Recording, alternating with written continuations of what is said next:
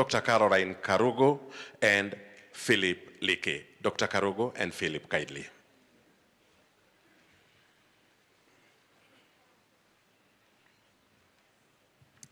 Thank you very much. Your Excellency, the President, Uhuru Kenyatta, Your Excellency, Mama Margaret Kenyatta, the family of His Excellency Daniel Toroitich Arap Moi, Your Excellency, the Deputy President, distinguished fellow mourners, I bring my condolences, those of the Karugu family, and indeed those of the great people of Nyeri County.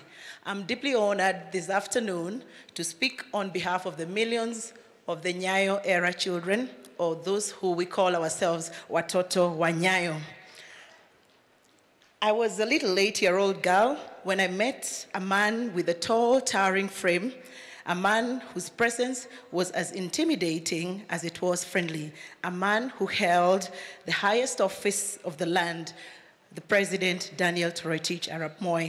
I was a lucky child to be picked through a rigorous selection exercise to welcome President Moi to my home district, Nyeri, and specifically to the Kiganjo Police College. My duty at that tender age was to hand him flowers in our honored tradition of welcoming dignitaries home. That small encounter of a little girl presenting flowers to the President of the Republic became the beginning of a journey down a long road paved with incredible kindness, genuine human compassion, and love. His Excellency, President Moi, immediately assumed the role of a father figure in my life, and he took up the cost of educating me by offering to pay my school fees throughout my schooling years. I still remember with deep nostalgia the very first day when I met His Excellency the President. As soon as I handed him over the flowers, he invited me to breakfast and he treated me to some sumptuous mbuzi ribs that were extremely tender. During this king's breakfast, I was asked, "What would you like me to do for you, little girl?" And he asked, "What would you like?" "Anything." I innocently responded that since he was the biggest person in the country, he should remove Kiswahili as a subject in my class. As a little girl, I had a good justification. I argued with the President that at home we spoke in Kikuyu and in school we spoke in English. Further on, I wrote all my exams in English and therefore I could not understand what the need of Kiswahili was. I thought a presidential decree against Kiswahili would be a masterstroke. The President smiled broadly and at my obvious childish request, and of course, I had to explain to my parents why I never thought of greater requests to the President like the request of a Kambugonda. Those who don't speak French, Mugonda is a parcel of land where I come from. As for my Kiswahili request, that was never granted. It became a central part of my academic progress assessments carried out by Baba Moi himself during my annual visits to State House, where he would start by asking me, "Bado unacheza na masomo?"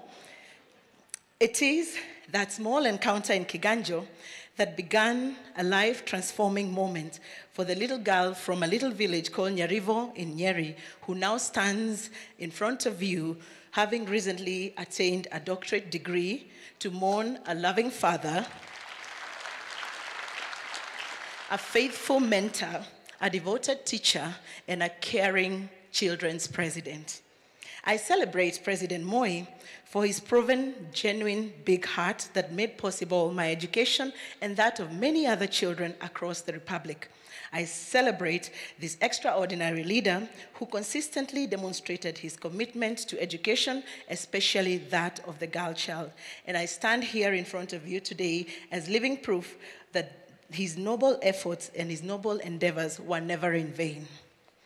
My Baba Moi, as I fondly called him, today rests in absolute peace, having, in the sunset of his blessed life, watched many of his children, nurtured directly by him, grow into effective citizens, but also has chosen to live a life of public service as Deputy Governor of Nyeri County.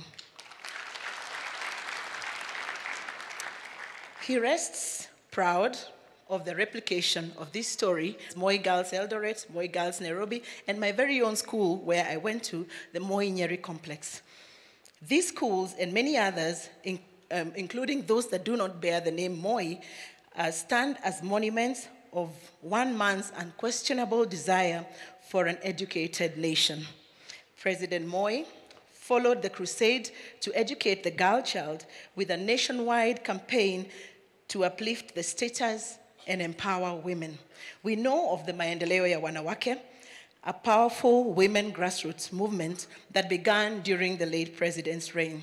If I were to list only 2 organizations that really got President Moi going, I would start with KANU, the ruling party of his time, where, if you all remember, he used to ask us, Ebu Tingiza Kidole.